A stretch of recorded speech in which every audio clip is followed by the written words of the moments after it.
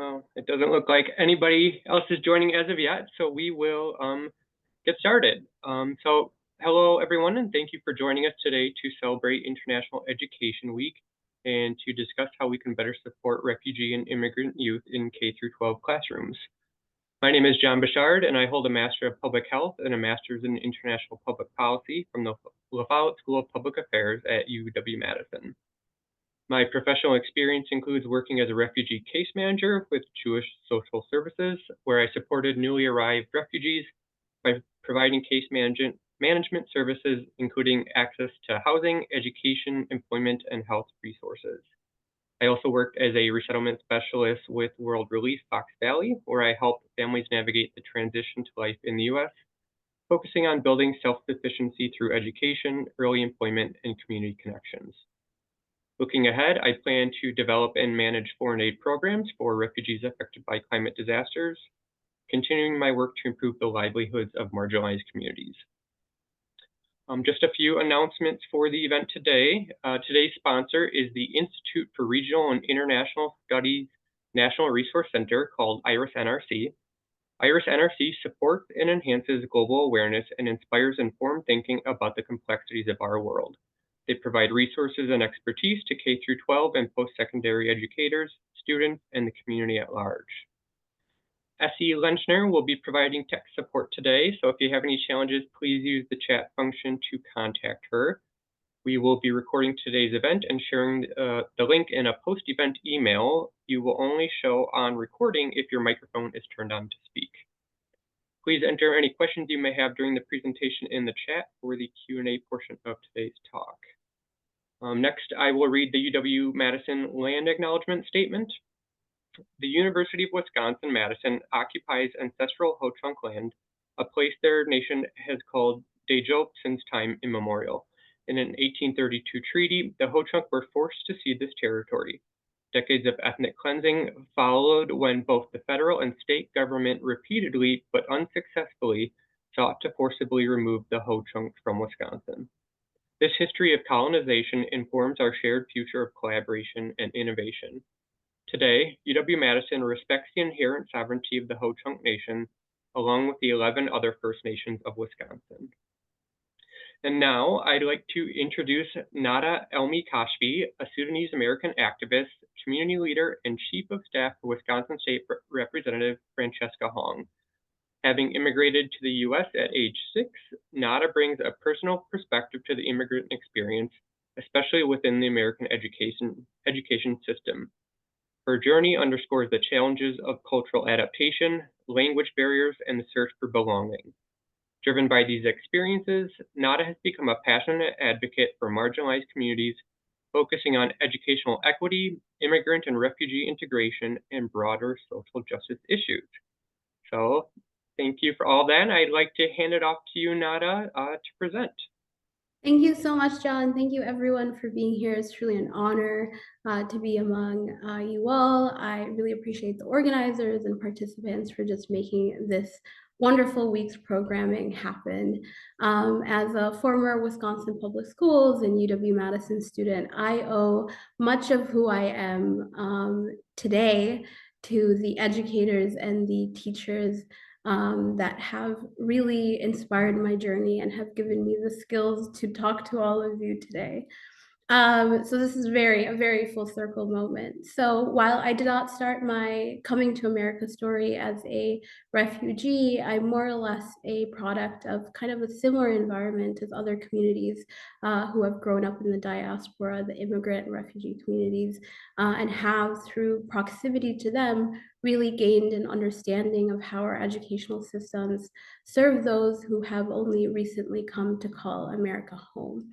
So as I move from my own story as an ESL learner to now a legislative staffer in the Wisconsin State Assembly, I hope to highlight the ways in which I've witnessed how well-intended policy can often miss its mark and leave refugee and immigrant kids especially behind.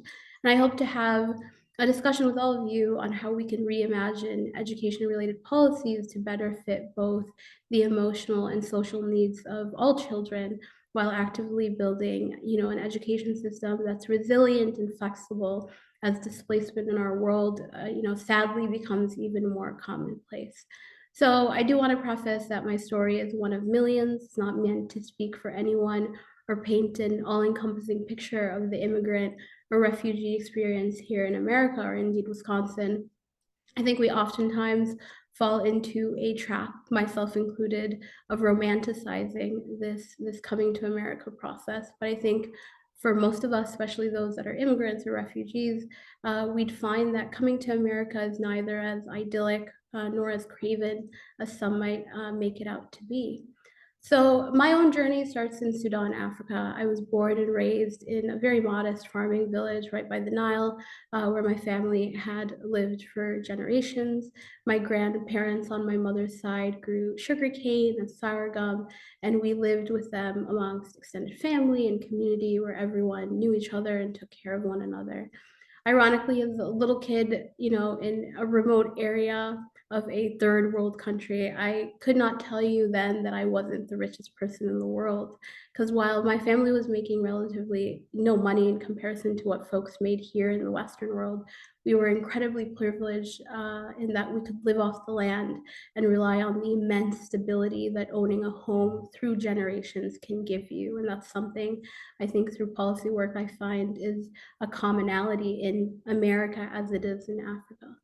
So neither one of my grandparents on my mother's side could read or write, but yet they were incredibly intellectual. Obviously, farming was a business and a science that they understood very well. My grandma was a poet whose medium was not the pen, but her memory, and my grandpa, just a natural diplomat with a penchant for politics and government. And so as an immigrant kid, you of course learn about your grandparents through stories years after the fact. And you sometimes have to reconcile that distance between your new home and old home. And it means that you become strangers with those closest to you. And so how it connects to today's kind of topic is that sometimes, as much as it is sad to lose that connection to the homeland, there is that sudden discovery years later about something one of them did that can be incredibly special. And so for me, it really wasn't until this last year, from a random Facebook post by a very distant relative eulogizing my grandpa who died in 2008, that we learned that my grandpa had been a champion of gender equality in education, and that he had actually established the first school for girls in our village, something that was relatively unheard of in the religious and cultural context of our region in Sudan at the time. So we learned through this just random person that my grandpa had been denied an education himself, and he had taken his own pain and frustration and channeled it into helping other kids that could have missed out like him if it were not for him. And so that same school he established, the Wadi Sharid Academy for Girls, was coincidentally where my own education started, or my mother's did as well, about a year before I immigrated to Wisconsin. So I can't even come close to describing how beautiful of a gift that kind of story was to receive at an age now at 28, where I really can understand its profound impact on not only me and my family, but the world around me. So it was important for me to share this story and start by sharing, not just to honor my grandpa, but to highlight with great importance at the outset of my next segment on being an English as a second language learner, that for many refugee and immigrant kids, education is a pillar that isn't only discovered in America. Many families understand the value of schooling before they even step into an American classroom, and every policy that seeks to help these kids should hold this fact as fundamentally important to the work that any policymaker hopes to accomplish. So a little bit about my coming to America story. My father won the diversity visa lottery in the early 90s, right after it was established by the first Bush administration. I think there was a 0.28% chance that he would get it and complete the process, and he did. And so shortly after he made the very long and complex trek to the United States, my mother and my sister and I joined him here in Madison around 2002, a little while later. So we grow up as just a low-income immigrant Black family without really any generational wealth. We started from literally nothing in a country that offered most of its opportunities to those who were already predisposed to taking the right path. So I was thrown right into first grade with really zero understanding of English. And for the next few years, I would be labeled as an English language learner and pulled out of the regular classroom consistently to make sure that I was improving my proficiency in speaking, listening, reading, and writing English. And I know there are many teachers present here today, so what I say next might be a reiteration for all of you. But Wisconsin's approach to ESL varies from district to district, but generally the state provides guidance through the Department of Public Instruction, which sets standards for identifying ELL students like myself, assessing their language proficiency, and providing appropriate services to them. Schools are required to offer ESL to kids who are not yet proficient in English, and these services are usually provided until students reach that certain level of proficiency. This program is really an incredible attempt at fulfilling our state and national duty to provide equal access to quality education. And I have such fond memories of my ESL teacher, Mrs. Felton, who liaised with my parents and worked incredibly hard to help me bridge the gap between my peers and I during those early years after I moved to the United States. But as many of you folks, especially who work in education, intimately know, the intent of policy is not always parallel to its impact. Ms. Felton and I, as little as 6 years old at the time, and others like me, were up against a system that wasn't working as well as it should or as it was intended. We know today that across the country, ESL programs face many challenges. Schools may not have enough money to hire qualified teachers, buy instructional materials, or even provide adequate support services. Some teachers may try to reduce students' exposure to their native language, which can hinder their identity development and academic progress. And ESL learners may experience culture shock, among many other things, which can make it difficult for them to learn. And the list certainly goes on. Of course, for me as an immigrant kid, I couldn't name these structural issues. It is really until now, as someone who works in the policy realm and staffs a representative who serves on the Committee on Education here in the legislature, that I really understood them. But even back then, there were specific instances where, as a little kid, I felt a lot of isolation and frustration at being segregated from the rest of my classmates as a result of some of these structural issues. For the most part, for me, myself, ESL felt almost like a punitive occurrence. As someone, as a little kid, already trying desperately to, fit into a new world in which I held very little social capital as it was, those moments I missed being around other first graders felt immensely grave. And as I met other ELL kids who were either refugees or immigrants further in my life, these feelings were almost universal. And it was really, wild that these experiences and this gut reaction of being taken out of a classroom to do something else has stuck with us for literal decades. And now I know about public education in Wisconsin, so obviously it's not as simple as I once thought it was. And I think something that's really hit me and I wanted to touch upon is I've discovered that those who are involved in education, in policymaking, have been really tasked with a responsibility that just really might seem insurmountable. How do you, as an educator or a school, meet all the needs of a student recently displaced or disadvantaged or both in an 8-hour school day? How do you make up for what society has not offered in stability and resources during that school day? And what is the best way to teach numbers and words to a child who might have just experienced the fallout of a political crisis like war or hunger that no words can describe and no figure can quantify? I'll tell you right off the bat that I don't know the correct answer to these questions, but I think there are a few strategies that all of us here today can employ to set us on a better path forward to figuring them out for the future. So in writing these remarks, I tried to figure out if 6-year-old Nada was here with all of you today, what would she want you all as her teachers, as her advocates to know? And kind of the two big things that came to mind was one, that kids deserve agency. because they are truly far smarter and more aware than society assumes they are. And I'll touch on this a bit as it relates to the immigrant and refugee community in a little bit. But they deserve to be seen as curators of their own educational experiences and supported as best as can be in taking initiative in their own schooling. And two, we really must commit and truly commit to anti-racism and dispel any idea that not knowing a language or belonging to a certain culture is somehow correlated with less intelligence or less capability. I think it was South African comedian Trevor Noah who said, someone speaking in an accent is just simply a person applying the rules of their second or their third or their fourth language to yours. And I wasn't until I heard that, and I think that was 2020, where I, within myself thought, speaking with an accent isn't actually bad. It's a skill, and it's not, kind of portrayed as that in modernity. I think we need to adopt this type of mindset, not only dealing with immigrant or refugee children in school, but with their parents and broader communities as well. So what I also hope we would all agree on in our future discussions is that the ultimate goal of education should be to foster not just academic success, but the holistic development of every child. And for immigrant and refugee students, this means creating policies that recognize, the unique challenges they face while also nurturing the strengths that they already do have.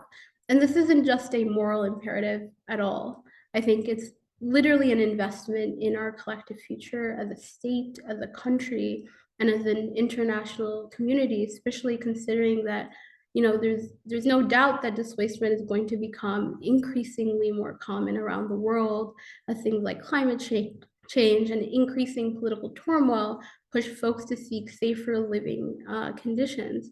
I think the US especially has to adapt its education system now to be flexible and resilient as soon as possible, or we will see many of our issues greatly exacerbated. I know, from experience myself, from watching my peers, that for many children, school is not just a place of learning. It is often a place of security.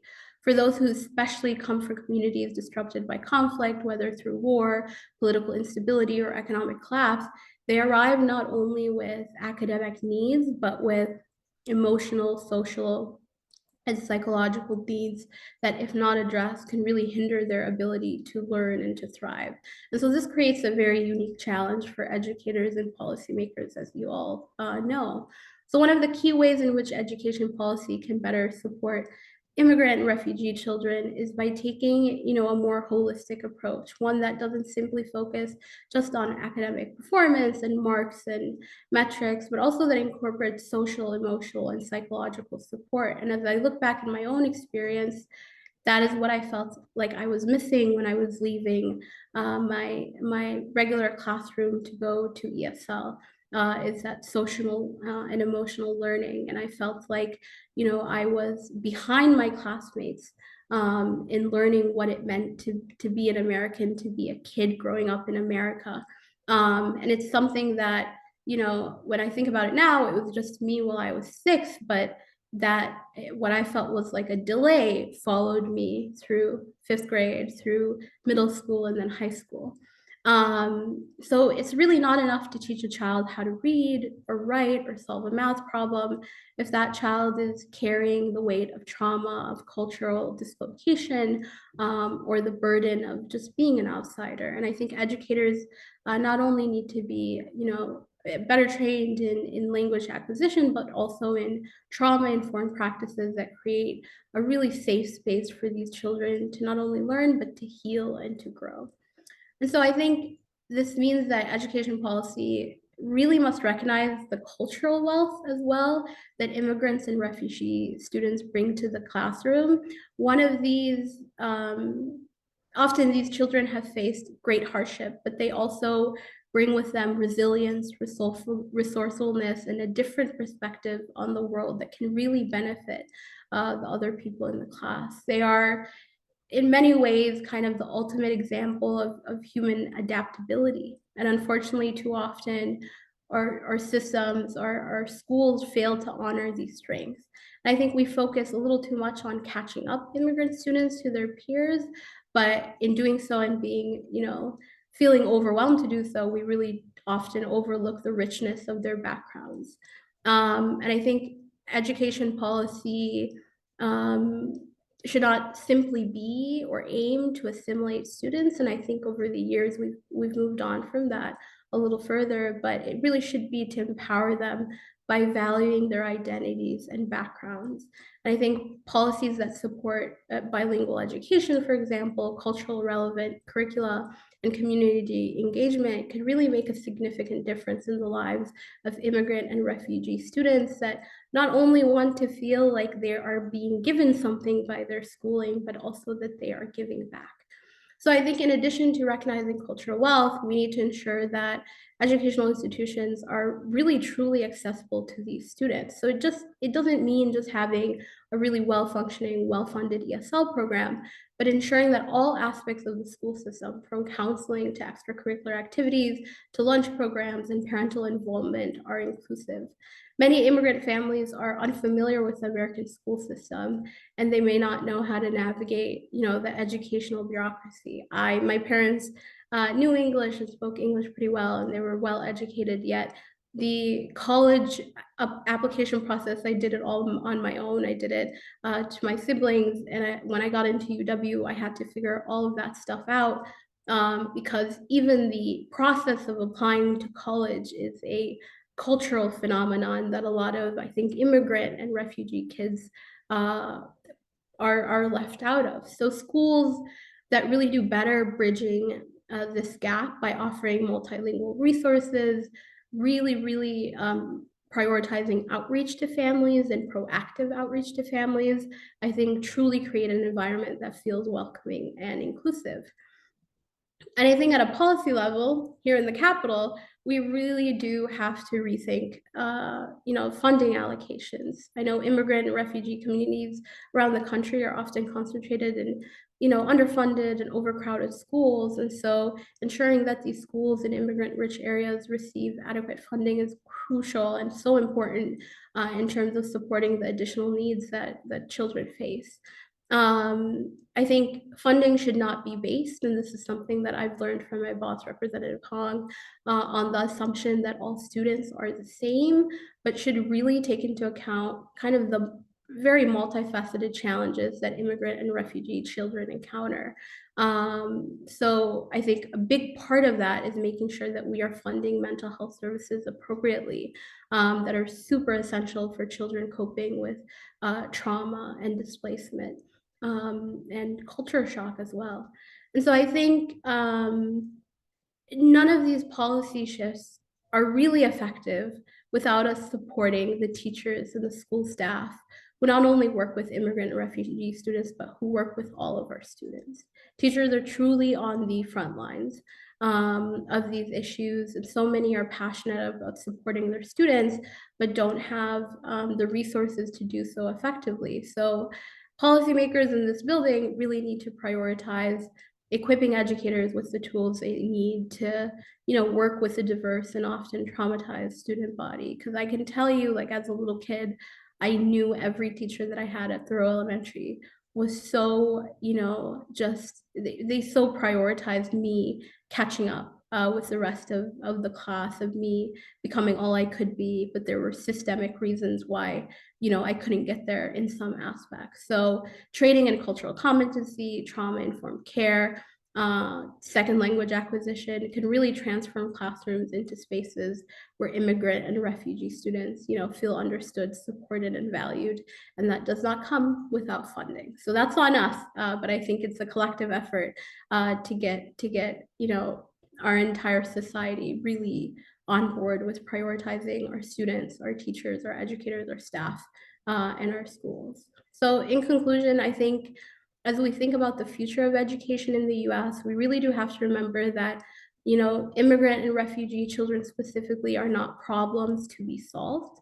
They're individuals with very unique experiences and strengths that can enrich our entire society. And so if we adapt our education policies to really meet their holistic needs, academic, emotional, social, we can ensure that these students not only survive, but thrive. And I think when we get that done, we really can build just the more inclusive, compassionate, and resilient world that, you know, doesn't put these children in that place to begin with.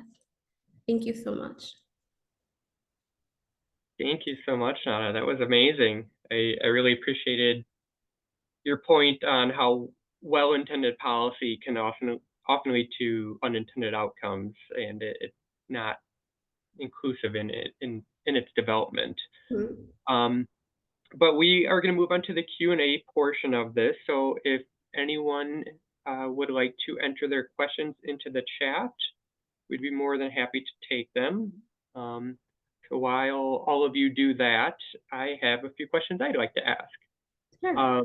Just to get it going. So you spoke about the need for increased agency and anti-racism as a way to improve the experience of refugee and immigrant students. And so my question is, in your view, how does incorporating cultural representation in the curriculum of schools contribute to fostering a sense of belonging for those students?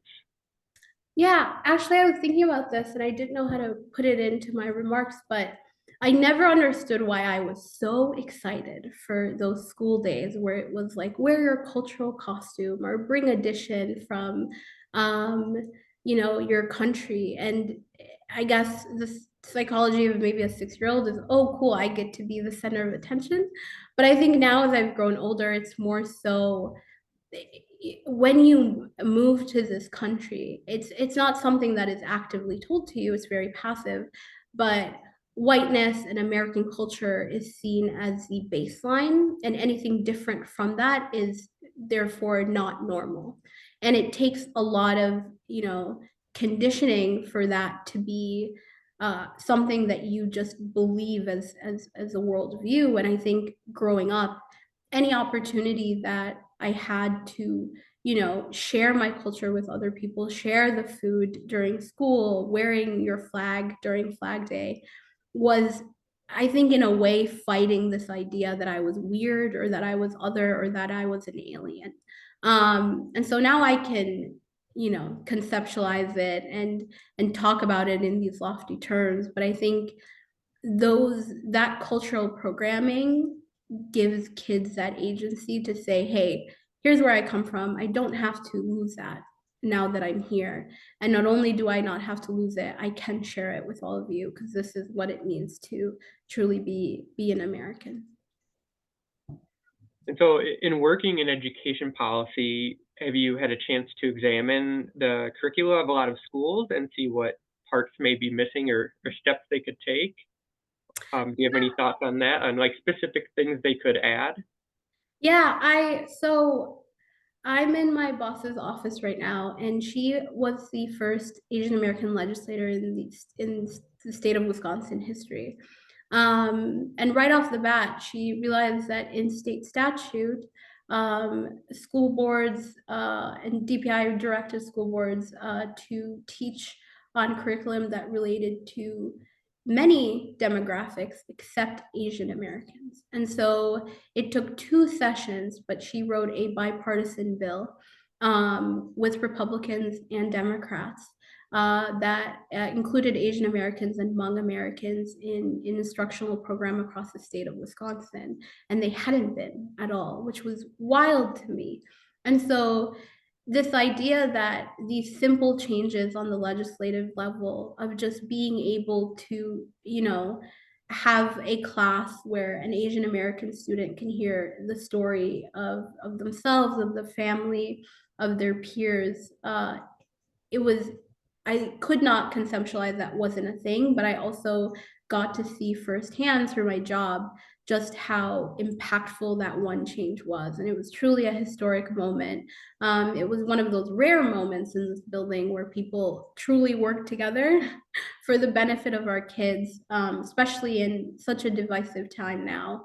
And so I think that was like a policy doesn't have to be incredibly complicated. It can just be about representation, and it helps kids, interact better in their classroom. Thank you. Yeah, it's so surprising, especially since we have such a significant Hmong population within the state, and that's fantastic work. We do have some questions in the chat, so I will read that to you. The first one from Dr. Danvis Mabea. What strategies do you recommend for helping students navigate cultural differences while maintaining pride in their own heritage? Yeah, I think this one's it's a hard one because in the politics that we do here, there are people that feel left out when you uplift one community. And I think the more that we do to really show students, white students, immigrant students, brown students, any student with a separate identity, that their humanity is inherently linked with another person's, I think is one that really does help maintain that pride in your own heritage, but also builds that social responsibility for students to help other students navigate, their own cultural differences. And I think I learned that lesson from the racial justice advocacy that happened in 2020. I was just 23, and it really influenced kind of my worldview, where there were a lot of people, there were a lot of folks arguing about, how they viewed the Black Lives Matter movement as something that excluded them.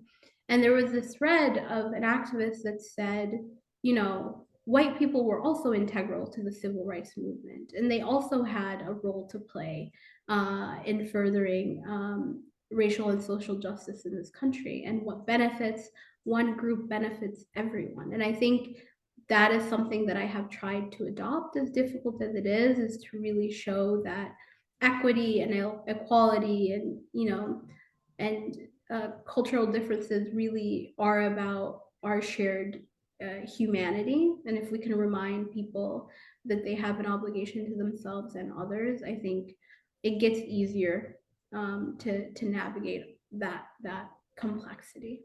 So I hope that answered your question.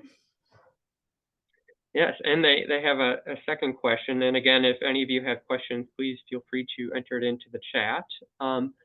The second question is how, excuse me, how has your experience as an immigrant shaped your work as an activist and leader in public policy? This one's tough. I think for a lot of immigrants and a lot of your students would probably feel this too.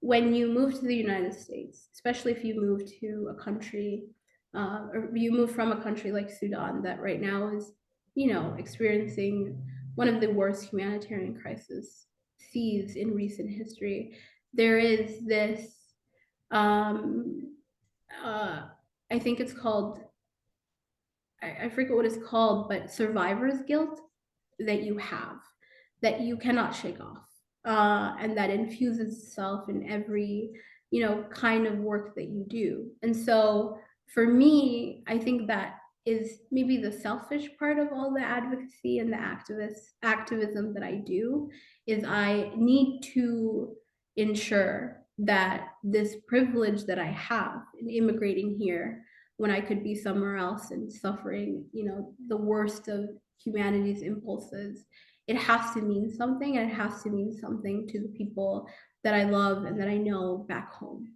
And so it's a more self-centered kind of answer, but I think as an immigrant, that social responsibility is something that's central to my work. But it also helps me appreciate, I know this country, especially in these recent years, has been fraught with a lot of turmoil, and we are not perfect, but it does, I've, as an immigrant, I've always appreciated just the opportunities and the aspiration to equality that we have, and that is not something that is usually present elsewhere. And so it's just, there's a lot to hope for, and there's a lot of room to do the work to make it all count. And I think my immigration story is why I hold that viewpoint. Thank you. There are more questions coming in, so that's good. But I also want to recognize people have said they really appreciate all that you have said. So thank you for your presentation and thoughtful comments is one. Nada, your presentation, your understanding are great. Respect for you is due. So just wanted to share those while we're moving forward.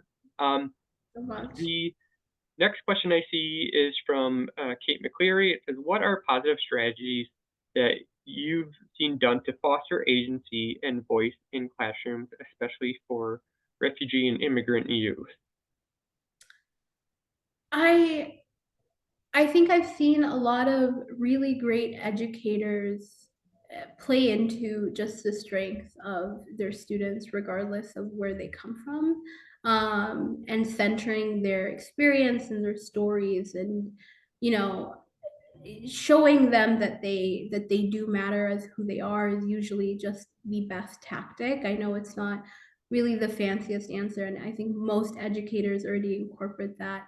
But getting to know a student, I had a third grade teacher. Her name was Miss Sarah Goldbach, and as someone that was in, you know, just recently immigrated, and I had this whole language, Arabic, that I knew very well, my first language, and it was not something that I ever got to show or got to practice.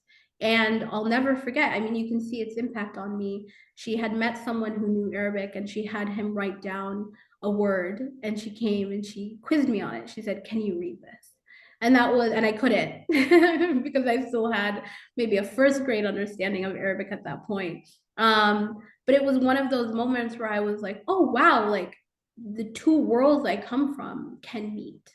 And I know that her just seeing me in that way and such a very small gesture has certainly impacted me for a long time. She also taught my brother and my sister, and I know that they always felt seen. And so just seeing your students, I think, is the most positive strategy that educators can employ.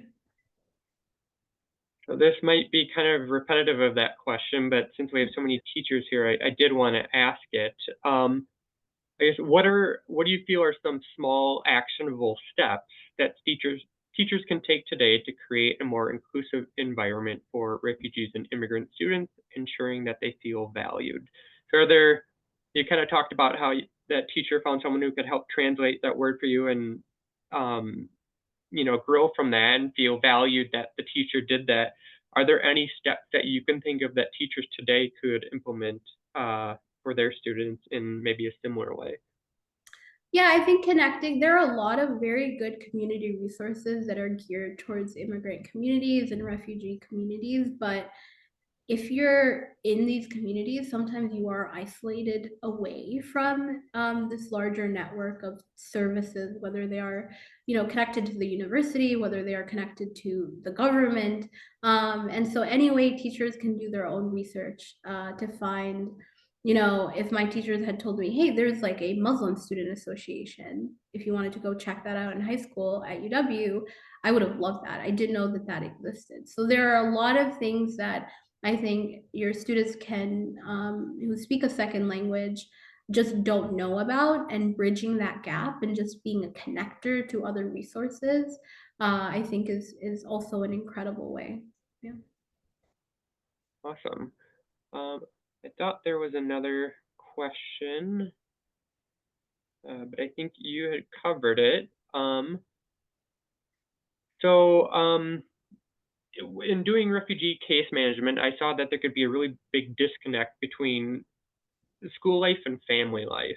Mhm. And my question for you is, how do you think educators or schools in general can engage with families of these students to bridge cultural and communication gaps between the two environments? Yeah. I think something I've noticed in talking with my parents and watching the parents of my friends that are immigrants like me or refugees. I don't know if it's society, I don't know if it's all the issues that we have in our country, but we if whether it's going to an immigration office, whether it's going to a school or like the DMV, as someone who has either just arrived, it stays with you also for years. you are made to feel like you are a guest in this country. So there are things like, you know, here in the building, we say like serving on committees, serving on a PTA, like a parent teacher organization, participating in a child's classroom isn't kind of portrayed as something that immigrant parents that don't have full grasp of English can do as well. I think encouraging parents to also, in a non-patronizing way, learn with their kid and engage with the culture that is American public schools is a great way to, you know, really, I think, grow the community, grow trust, and help connect people to resources. Like I think my mom would have been great on a PTA. She would love that stuff, but she didn't think, you know, because she didn't know English very well, she did not think that she could join. And so even things that are simple like that, I think if you truly extend your hand to these families that don't know the American system well, they will meet you halfway. Great, thank you. Um,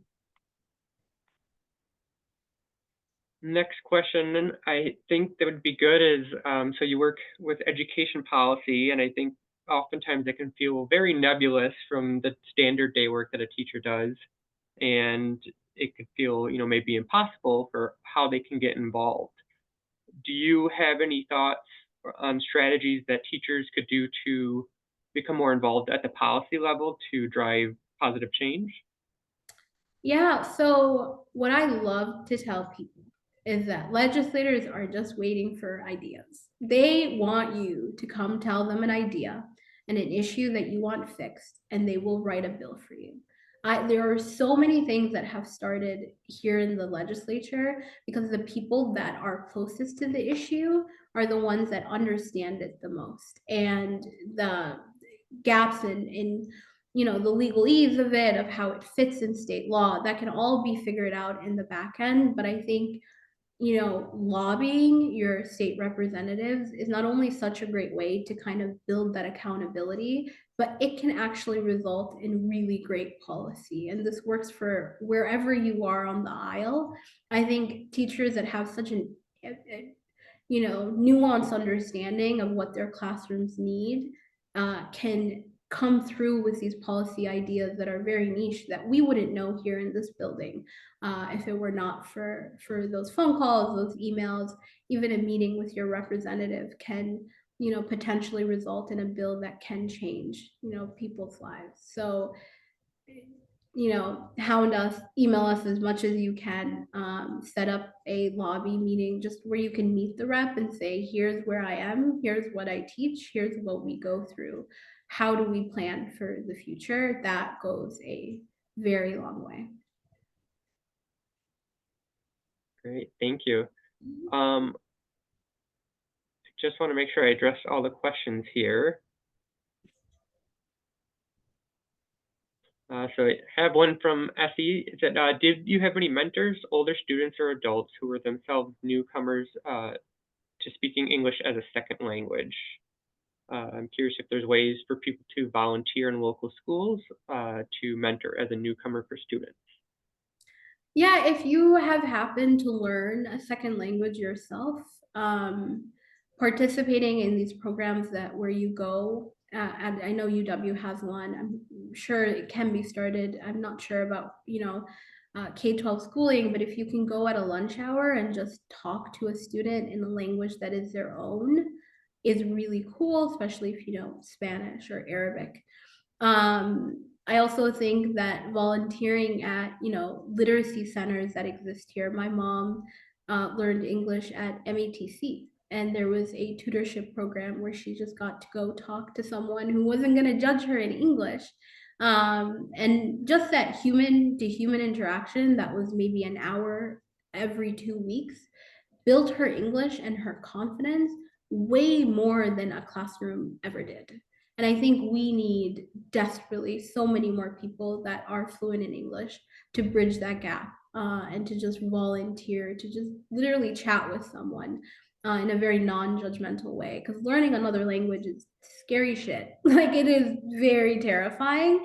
And so just, I think that kind of volunteering, it's not very fancy, but it really can, go a long way for students and for adults too. I appreciate the honesty. I don't know how many people realize that when immigrants come to this country, a lot of times the younger people are the ones who speak English. They end up translating for their parents, which can lead to some very unintended consequences, in their lives. And so more volunteers is always a great thing to have to come in schools who are willing to give their time to help with that. One thing I wanted to ask is you've told us a lot about your life growing up, but I wanted to know if I could hear more about your current work and what you're doing with education policy and any initiatives for the future. Yeah. Well, I can't give too much away because my boss is on the education committee here. I think she's worked on the committee for, I think, 2 sessions now, and it's always been a really great way to see what the state of public education and education in general is in Wisconsin. And it also is, really hard sometimes when you see that it's not as prioritized as it should be, right? We have a constitutional obligation to teach our kids in the best way that we can, and we're not fulfilling or meeting that. And I think that is genuinely a nonpartisan take, that we can do so much better. And so a lot of my work coming up this next session will kind of involve staffing my legislator to see how we can get the best for our kids. And that involves funding, it involves looking at kind of top down policy that might not be helping kids as much as we think it is.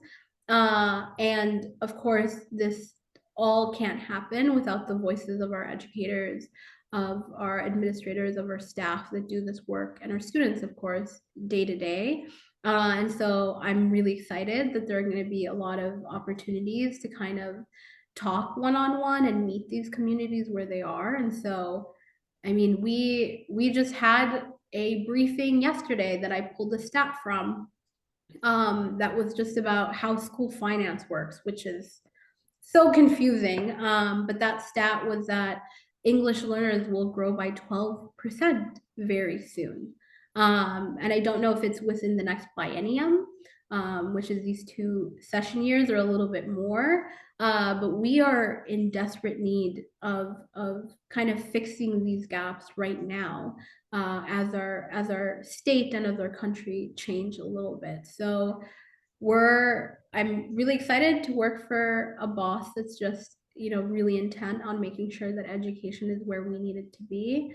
And it will definitely keep us very, very busy for the next year and a half. Great, thank you. So we have about 5 minutes left, so if any of you do have questions, please share them with us. Let's see here.